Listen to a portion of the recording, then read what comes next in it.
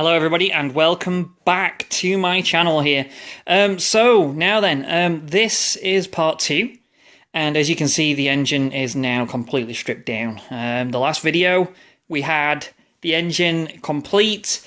I can't even remember if I had the cover off or not, but anyway, so this is it guys. This is exactly what is inside your FD3S. FCs are almost identical as well. A little bit of a change in a few positions of things, but other than that, it's fundamentally the same thing. And they're all the same names, so I promised you that I would, once I got it to this stage, I would go through what all of these things are and explain it to you. Now, I don't doubt I've got some Rotary fans out there that's going to be sucking eggs, but I'm going to walk you through them and try and explain a little bit of what they do. Some of it's self-explanatory, some not so much. So I guess we'll start at the beginning. Here we have, this is the front iron, or the front housing. It is made of iron, and basically this is what everything gets bolted to, alternates all your other accessories and everything else. It drives all that stuff. So starting at the bottom down here, this is where your oil pump goes. Eccentric shaft and everything comes out of here. We've got a static gear that sticks out of there, and that drives this and amongst other things. And then there's a front cover that goes on that with a gasket, and these gaskets are quite notorious for leaking oil and causing problems as well. They're pretty shitty, but they do have a tendency to break. So all that. Every gasket, every seal, every bearing, everything in this engine will be getting built. So we're going to put brand new in. So that's not an issue. We're going to do a few upgrades as well along the way. We talked about that, and bridge ports and things. So, front iron, front housing. Moving on, seeing as we're talking about that already, the house, there we go, front cover. So this here is your front cover. I polished the living daylights out of that, and anybody who's seen one of these before knows they definitely don't look like this. So it's uber shiny and beautiful right now, and the lighting just isn't doing it justice. But I can quite assure you, even the bolts, I polished them up as well. And again, you can't really see that, but they're stunning. It's going to look really nice for something that you will never ever see. I guess the top tip on this is these bolts. There's various sizes in here. And unless you mark them with a Sharpie pen, which I haven't done yet, I would strongly suggest leave them in situ. Just putting a dot there and a dot here, just 2 dots, 3 dots, whatever you want to use, like go in sequence, just mark them up with a Sharpie pen or write on them 1, 2, 3, 4, just so you know where they are, because one of the things I've found with these engines is that you end up with quite a few screws, and some of them are very, very similar, and you don't want to be in a position where you're putting screws that are the wrong size into different holes and stuff. So what we want to do is we want to make sure we get them in the right place, and right now that was the best thing I could think of for that. So moving on, so that's your front cover, that sits on there. Underneath your front cover there is a static gear, so that's the rear one, and that's the front static gear. They've got a little keyway in them, as you can see here, and on the front of there, just down there, that's where that locates in, and it sits like that. And then on top of this gets mounted all different things, and below it as well. So we've got bearings and shims, washers, whatever you want to call it. That's the actual oil pump. So that bolts down into that lower section down there. You can see how it fits. And then that spins round off a cog, which is down there. So we'll go and talk about that right now.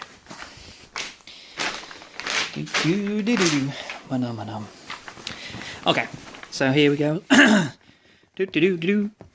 Okay, so we've got some names here just for people who are just wanting to look at this. So you got needle bearings. They're actually somewhere around here. There we go. So here's your bearings. These are actually in really, really good condition. They're perfect, actually. There's just absolutely no damage whatsoever to them. Every single bearing's free, and they look like brand new.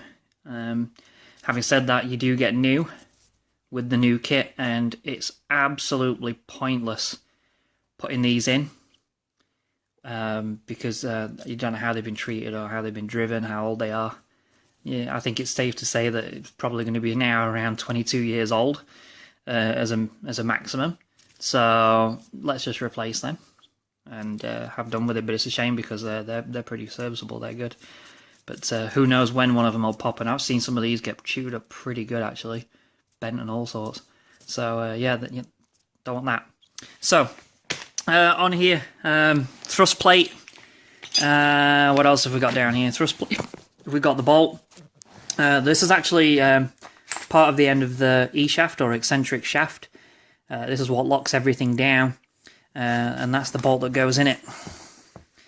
So when we build this, that's how it sits, that's what you'll see. And inside here there's a keyway. You see a little slot? So inside that keyway goes this pin lock, and that sits down in there. Now when it's in there, as thus, it actually locks that, and it locks your eccentric shaft together, and keeps them all tight against each other and rotating, so it's not just relying on that bolt. Very, very good engineering. Phenomenal engineering. In fact, I'm going to be honest with you, the engineering behind all this stuff is just absolutely insane. It's awesome. It's a pleasure. It really is. So that's the chain for the oil pump. And then, well, I guess we'll talk about these are your other irons. So you've got sensor iron, your rear iron. That's where all the bolts go to put this thing back together. At the very, very end. Down there we've got an oil pressure controller, whatever they call it. These surfaces, we should talk about them. So on these things, they have an almost mirror finish to them, as you can see. There is all kinds of things you've got to do when you test these things. If you want to know if these are working or not, if you want to know if they're serviceable or not, we have to test. We draw lines in it, basically, is what we do. We grid it. And you're testing with a flat right across and across here, and then across and across again, and you're looking for deviation. What you're looking for is a difference in the height between certain areas, and you want to make sure it's really nice and flat. It's already been tested, good, as has that, and as has that one. But you do want to make sure it's flat. Anything less is just wasting your time. You may as well scrap them, and that's something well, if you have to do it, you have to do it, but they're not cheap, as you can imagine. So inside here, we'll talk about this. What we've got here, you've got coolant veins running through it, and that's how it cools it down. And seals. So that right there, and this channel right here, are where your coolant seals go. So as you can see, both on this one are in, although damaged. So down here, you can see the red seal, and it's missing there, look. And then down here it's missing, but this channel inside here has a seal set in there. And they're your coolant seals. Very, very, very important. A lot of RX-7s that you see bellowing white smoke and stuff like that is because they're burning coolant. And typically it's because of one of these leaking, getting into the combustion part and then burning, and it bellows out as white smoke. Now it is normal because of when they build these things, there's something in metallurgy called a thermal expansion, and what it is it's what metal expands to when it's hot, when the molecules start opening up and activating due to heat and vibrating away, they expand, and it's the same even in metal. So what happens is this is engineered that it only seals properly when it's hot. When it's actually cold, they're not the best seals. So it's absolutely normal for an RX-7 when you first turn it on, doesn't matter what time of year it is, the colder it'll be more prolific. It's normal to get a bit of white smoke whilst it burns off coolant and stuff like that, but it shouldn't last any more than sort of 30 seconds. Any more than that, and it's starting to show issues with the engine. And if it's permanent or if it's a complete cloud out the back, you know exactly what's going on. And that's normally the culprit, is the coolant seals, is these guys. And it sucks because if just one of these has failed, you're into rebuilding a whole engine for the sake of a couple of dollar seal. But it's all part and parcel of Rotary ownership. It's kind of one of the things that I got a friend tell me, if you own a Rotary, you have to have it in your head that you're going to rebuild it. If you're planning on keeping it for a while, just have it permanently in your head that you're going to rebuild it, and that's fine. It's just part of owning a Rotary. It might be 100,000 miles. I know people with 300,000 miles on their engine and no issues. It can be any time. It's just one of them things. And it's all down to how it's driven and how it's maintained. Make a big difference with all this stuff. So let's talk about this in a bit more detail. So what have we got? So here, this is your intake port right here. So this is what feeds air into your engine right here. And then it becomes part of the combustion process to get squeezed and then get fired through spark plugs and have fuel added to it. So when we talk about porting, this is what we talk about modifying, one of the things anyway. We do also modify the exhaust jackets there. We modify the exhaust ports, but I'll talk about that in a second. So these things here, there's all kinds of things you can do from mild to wild. You can put a street port in it and just open it up a bit, to full bridge ports or J ports and all this other stuff, and you can put 2 ports into here, and you go right up to the edge of the housing, open this right up, take it right down. And what you're effectively doing is on these V8s, like in the Fast and the Furious, you see these cars when they're idling, and they've got these dirty cams in them that are going blub, blub, blub, blub, blub, blub, blub, and the car's just sort of vibrating around, going blub, blub, blub, blub, blub, just on idle. Well, what that is it's this. It's intake overlapping the timing of the exhaust. So what you're getting is you're getting them both open at the same time, and it causes this lumpiness, almost like a vacuum leak. And that's what gives you that lumpy, bumpy sort of bum, bum, bum, bum, bum thing to the V8s. Well, that's the same thing as this, and that's why you get that brat, brat, brat, brat, brat, brat, brat noise when you get a ported RX-7, is because you're getting an overlap between the intake and the exhaust, which is down there. That's the exhaust port on the housing. So, but it does open you up to breathing freer, and it does open you up to more power. You do lose torque on RX-7s through doing this. There is torque losses initially, but again, it's down to tuning and other things. There's a lot of factors in that, but it does cause you to lose torque, but you gain horsepower. And there's a whole pile of arguments for that as well. So I am going to be doing a bridge port to this, which means we're going to go full dirty. We're going to go really dirty. I'm using a pineapple template, full bridge port. So we're going to be opening this right up here, and we're going to be taking this right up there, and then we grind all the way inside here. And what we do is we actually create a really nice channel through here, a really nice airflow down there, down out here, and allow the air to travel really freely. That's what you want to do. On the SC, they got this better. On the SC, these were completely lined up, as opposed to being slightly at an angle like this. But because of the fact that we have turbos and things like that, they had to move things around. And one of the things they had to move was this, the engineering behind this intake here. So we're going to Dremel that and make it have a really nice flow. So it flows air well, which is always a good thing. That's what you want. It's very important. And so that's the iron. The other one on there, you've got inspection port, so you can inspect the flywheel. And that's pretty much it for the irons. There is a whole bunch of tolerances, like I said, that goes along with this, which brings me on to talking about... Oh, where did I put it? I just had it. Am I sat on it? Anything's possible today. Anything's possible. Oh my goodness, I've lost it. I don't know where it is. Guys, I'm looking for my feeler. Oh, there we go. Feeler gauges. Okay. So, here we go. Feeler gauges. Now, let me get comfortable.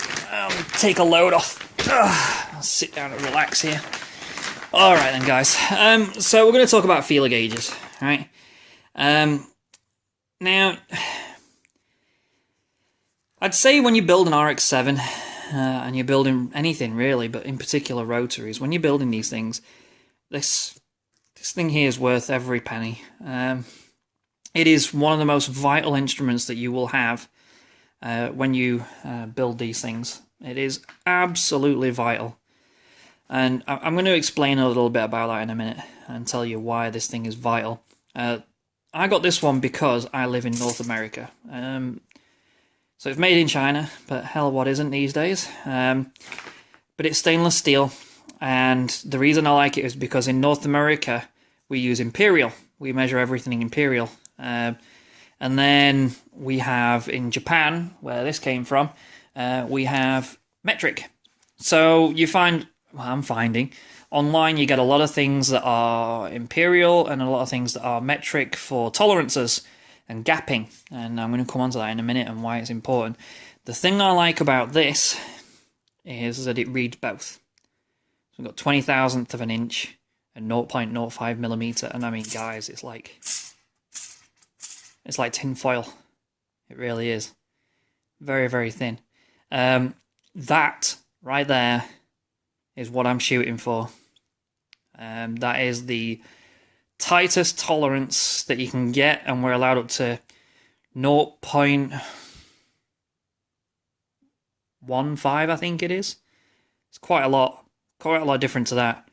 And it seems that the tighter you get to this, the better the build is overall. And doesn't that make sense, right? Like, you want it nice and tight and sealed. This is talking about compression, talking about high quality engineering. We want our tolerances to be right up there. And we predominantly use this. There's about 2 or 3 different feeler gauge sizes that we're going to use when we're determining tolerances. But this seems to be like the bulk of it. Especially when you're working with the rotors themselves. That's a good one right there. So, let's talk about rotors, seeing as, we're already talking about it. These here, oh my goodness, look at that. I've got RX-7 Rotary written all over it, hasn't it? Is there anything more beautiful than that? Maybe a pair of boobs. But other than that, that's a nice pair as well. So, what we've got here is your rotors. They vary in size from like the 12As, 13Bs, 16Xs. It's all down to rotor size and housing size. But fundamentally, it all works the same. So, what we're going to talk about is this guy. I've cleaned these up. Oh, these were so covered in carbon. Oh, they were a nightmare. I'll see if I've got a picture. If I have got a picture, here's a picture now.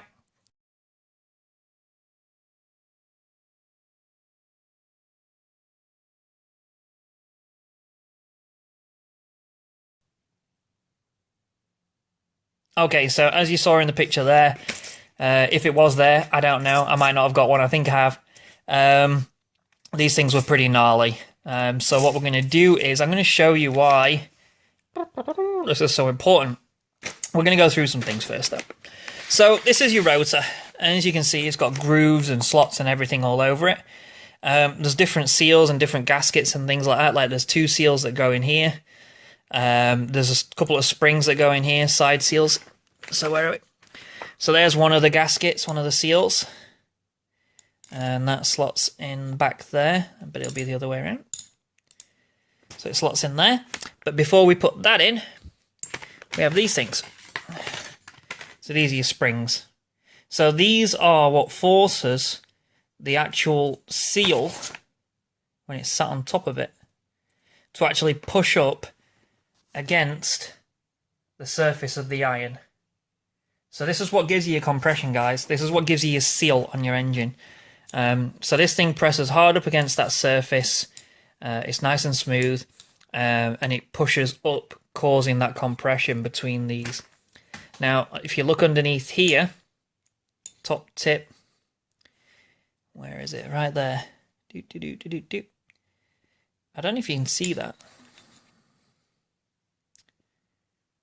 Right, there we go. It won't focus, but there's a notch right there in the top of it. See that? So that's there for a reason. On virtually every seal that we have on this thing, there'll be a notch, and it's there for a reason. So the reason it's there is because on your springs, there's a surface that is raised. Right, let's see if I'll take this down here. There we go. So it's raised. So what happens is that little cutout sits on that, and then you put the whole thing in down there, and then it locks in place. So that will catch in that notch on here, and it will keep it all in place and stop it from floating around. but it's something definitely to look for. So that's them seals. Then we actually have the side seals, which is these ones here,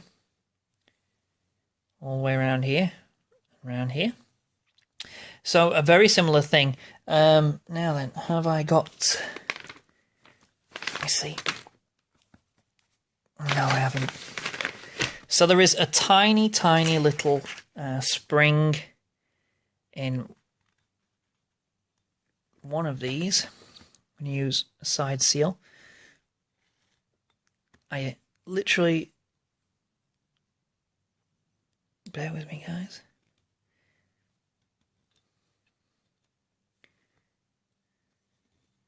It might be in the other rotor. No, maybe not. Well, I'm sorry to say, I can't show you, but there is a tiny little wavy spring goes in here. It's in one of these, trust me, it's in one of them. I did this is the second shoot of this video, and I actually put it in for you on the previous one, but I couldn't find it. It's probably wedged in there. So the tiny little wavy spring that goes in here, and then what you do is, you take one of your side seals, and then that slots in there, all the way down. There we go, like that. Now that's gone further down because obviously there's no spring in there. But when we talk about tolerances, we need this. And these are a bitch to get out once they've not got the spring in them. There we go. Okay, so the reason I'm talking about this right now is because you can see something here, look. And it's on every corner. So they're called your corner seals, right? And inside there's a tiny little ring spring that looks like a bent washer. And it sits down there. And then these here are your corner seals. There we go. And your corner seal plugs. So a little bit of black rubber there. That's a plug that goes in there.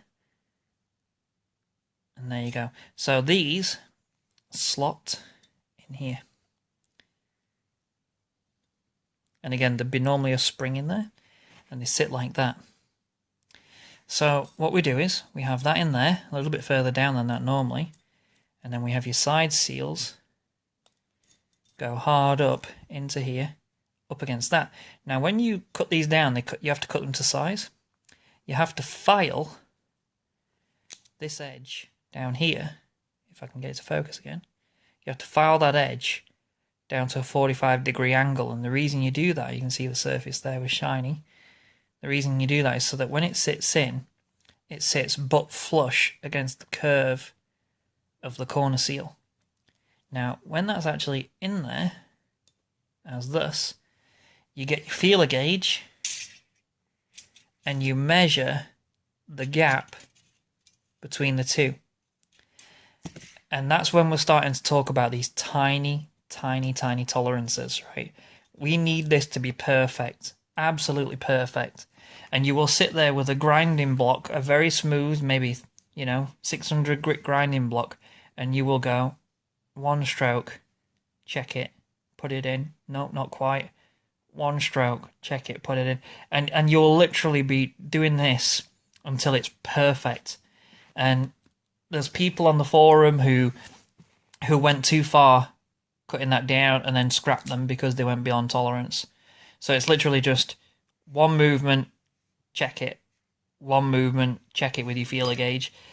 Such tight tolerances, unbelievable. So that's the side seals. That's your corner seals. There's tolerances on this slotting in and out as well. And then we're on to the one everybody loves to talk about. Everybody. Oh my goodness. This is like the thing everybody talks about. It's the first thing people say when you say rotary engine. Ooh, apex seals. Apex seals. So, yeah, that's where your apex seals go, guys. And this is the one everybody talks about. You got to be really careful when you clean this. There's a coating on here that helps you get your tolerances. And they are delicate. Very delicate. The tolerances on this, again, are 20,000th of an inch. tiny tolerances. It's literally just enough to feed that down inside. So let's show you how that builds up. So, because I've got this here for sure. So inside there, get comfy again. Inside there, you wouldn't just have an apex seal. There's about 5 different things actually makes up that apex seal. So the first thing is this tiny little spring. So this is actually called the apex seal large spring. And that slots down in there and drops down. Then we have the apex seal small spring. And again, that drops down in there. Centered. So the technology behind that, you've probably seen it 1,000 times on transports, trucks, you name it, vans.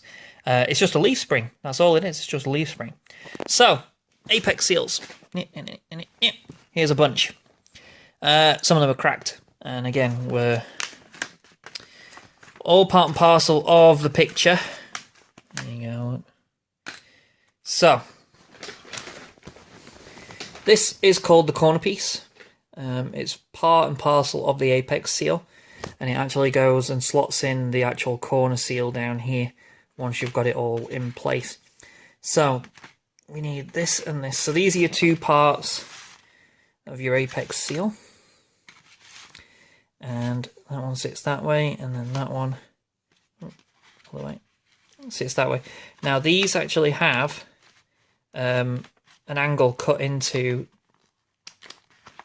the sides of them at 45 degrees, as you can see. So they do sort of naturally slot together like that. Now underneath here, you'll notice some stuff and things. I'm going to make this focus.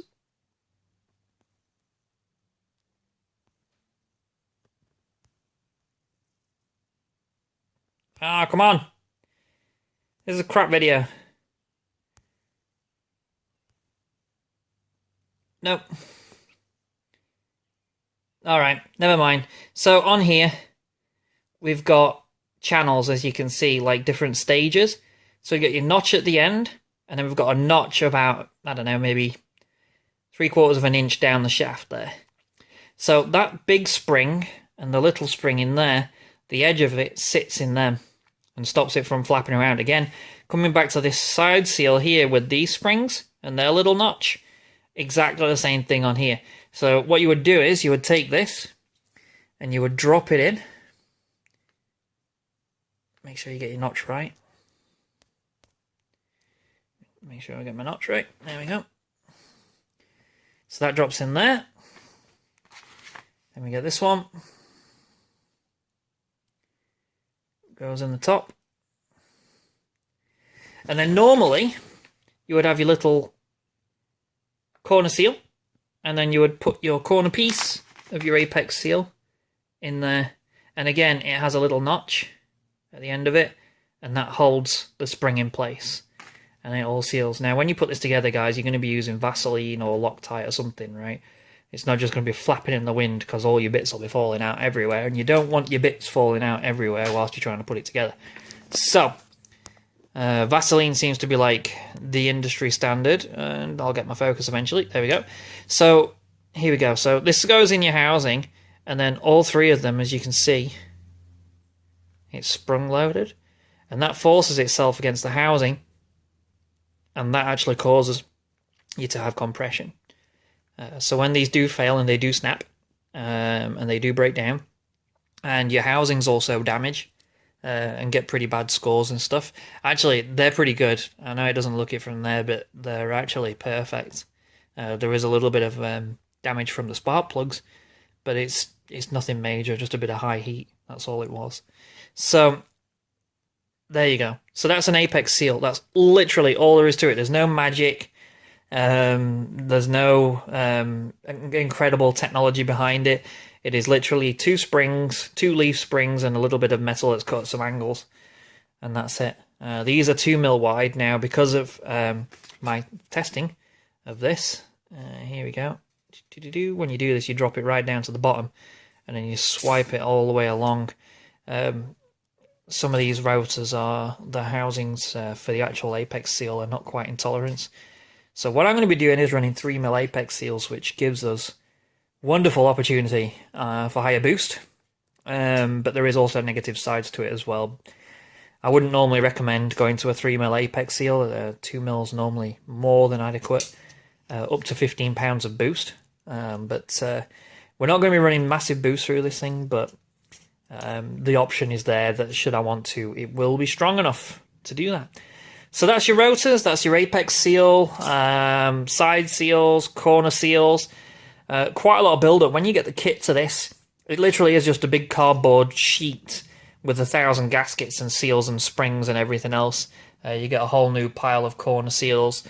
You can get new bearings with upgraded coolant seals, which I am definitely doing. Pineapple maker upgraded coolant seals. I'm just going to get the whole kit from them with their hardcore coolant seals.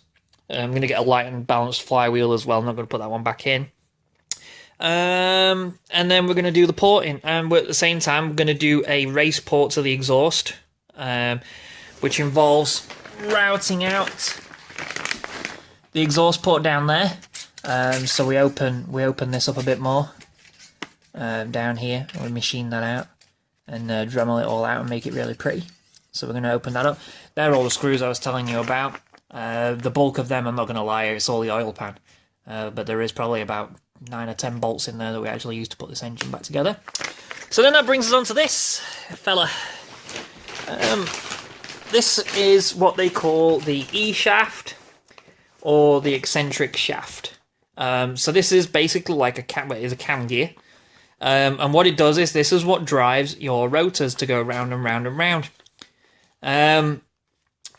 These are one of the 3 moving parts in your engine. This is why I love rotaries, because they're so simple. Technically, there is only 3 moving parts in a whole rotary engine. That's the E-shaft and 2 rotors. Everything else that is moving is normally just connected as an auxiliary to it and driven off it, rather than like actually being part of the functional engine. So very, very simple. When you get into 4 rotors and 3 rotors, it's exactly the same as this, just with an extra cam there and then one down there. Now you can easily buy 4 rotor cams, 4 rotor eccentric shafts for relatively cheap money, like $8,000, I think it was, Australian, $8,000. Not a lot of money, like really in the big scheme of things, like for that metal to be machined like that to that quality, $8,000 is nothing, absolutely nothing. And then you get yourself like a 787B Le Mans engine, just unbelievable. And then the options are endless. Like you can then go peripheral port and making your own throttle bodies and all this other craziness, right? And yeah, unbelievable options from there. But that there is what makes the magic happen, guys. That's the eccentric shaft. So between the housings, the eccentric shaft, rotors, irons, a front cover, some bolts, some pulleys, an oil pump, and a front case, and a front iron. That's it. That's literally all there is to this engine, guys. It is not that complicated. Like I said, the plan is I'm going to be doing a full bridge port to give it that that's so synonymous with the performance RX-7s and RX-3s. Yeah, so here we go. So we're going to build it. Time constraint. I have no idea how long it's going to take me. I'm going to be honest with you. I priced up the kit to do this, and by the time I'd added the upgrades and the templates and the bearings, by the time I finished, I was nearly $2,000. Sorry, $4,000. My goodness, $2,000 to do it all. So I don't know how long it's going to be before I get into this. But when I do get into it, I will be showing you absolutely everything. So I've explained these parts, but the next video, when I do this, we'll be building. And when I'm building it, it will be showing you each and every seal, how it gets installed, what we're looking for, what we're measuring exactly, the tolerances that we're allowed. We're literally going to go through everything. It might sound like a lot, but realistically, what am I going to say? Maybe 2 hours to actually do it start to finish and walk you through that process. It might be about 2 hours. So maybe I'll do it over 2 videos. Maybe what we'll do is we'll we'll set up the irons and we'll set up the apex seals and everything and set up the rotors. And then maybe we'll put it all together in one shot in a separate video. I don't know yet. But guys, it's all down to the dollar bill, y'all. And I don't know how soon I'm going to be able to get that money together to do it. But I will, eventually. And that brings me on to another point, actually. I just want to say a big thank you to absolutely everybody involved in my channel. I've got my regulars, and thank you so much, guys. I really appreciate your comments, really appreciate your feedback. Everybody else, please feel free to ask questions. Fire away, why not, right? Like, I try to answer everybody's questions. I don't consider myself a professional by any stretch of the imagination, more of an enthusiast. But I'm more than happy to help absolutely anybody who wants any help, whether it's audio, RX-7 engines, 350Z, Supras, you name it. Anything JDM I've got a bit of experience in. So I actually, for the first time recently, like I mentioned in a previous video, I've started to make a few bucks out of this, and I'm now at $76 and some change, I think it is, that I've made out of my YouTube channel. So no, I'm not retiring to the Bahamas anytime soon, but that is $76 that I could put into this. Like, for instance, it might actually afford me to buy this new washer. No, who am I kidding? No, it wouldn't. It wouldn't buy that. But yeah, it definitely helps, guys. So click like, subscribe, all that good stuff. If you see an advert that takes your interest, have a click on it. It all helps me, and every single penny I make from this YouTube channel is not for me at all. I won't be seeing a penny of it. It goes into this stuff, whether it was downstairs and it was in the cars that I've got, whether it's here. Every single penny goes right back to you guys. It goes right back to bringing you these videos and right back to doing some really cool stuff. My RX-7 update, it's still not here. It's here July the 8th. The good news is it made it on the ship. Whoop whoop. Nothing broke down again. So it finally got on the ship, and I've got my documents inbound. They'll be here any day. So yeah, so it is definitely coming. It is definitely on its way. Hopefully we get to enjoy some of this beautiful weather here in Nova Scotia. It is 28 degrees today, and it is gorgeous. It's just like, I've been dying for this weather to get here. We've had such bad snow and such bad weather recently. This is like bliss. So yeah, so please interact. I love it. It's why I do this, is to interact with the community, throw a little back to you guys, and hopefully help you out with your builds. You know, I've been doing this a while, and hopefully I can enlighten some people and show you some stuff. I want to introduce another character as well. This guy here. His name's Timmy the tripod. It's one of the investments I made recently. Now, say hi, Timmy. Oh, he's shy. So, Timmy will be following us on some of the videos that I'll be doing. He's definitely going to make doing this stuff a little bit easier. Especially when I'm getting more hands-on. Like right now, I'm just sort of going, this is exhibit A, B, blah, blah, blah, blah, blah. So hopefully we'll get Timmy involved, and we'll start actually doing some building, and you'll be able to see this hand and this hand do some stuff and things. So we'll see. But it's going to be a little while away, guys. In the meantime, I've got some other stuff I'm going to bring you.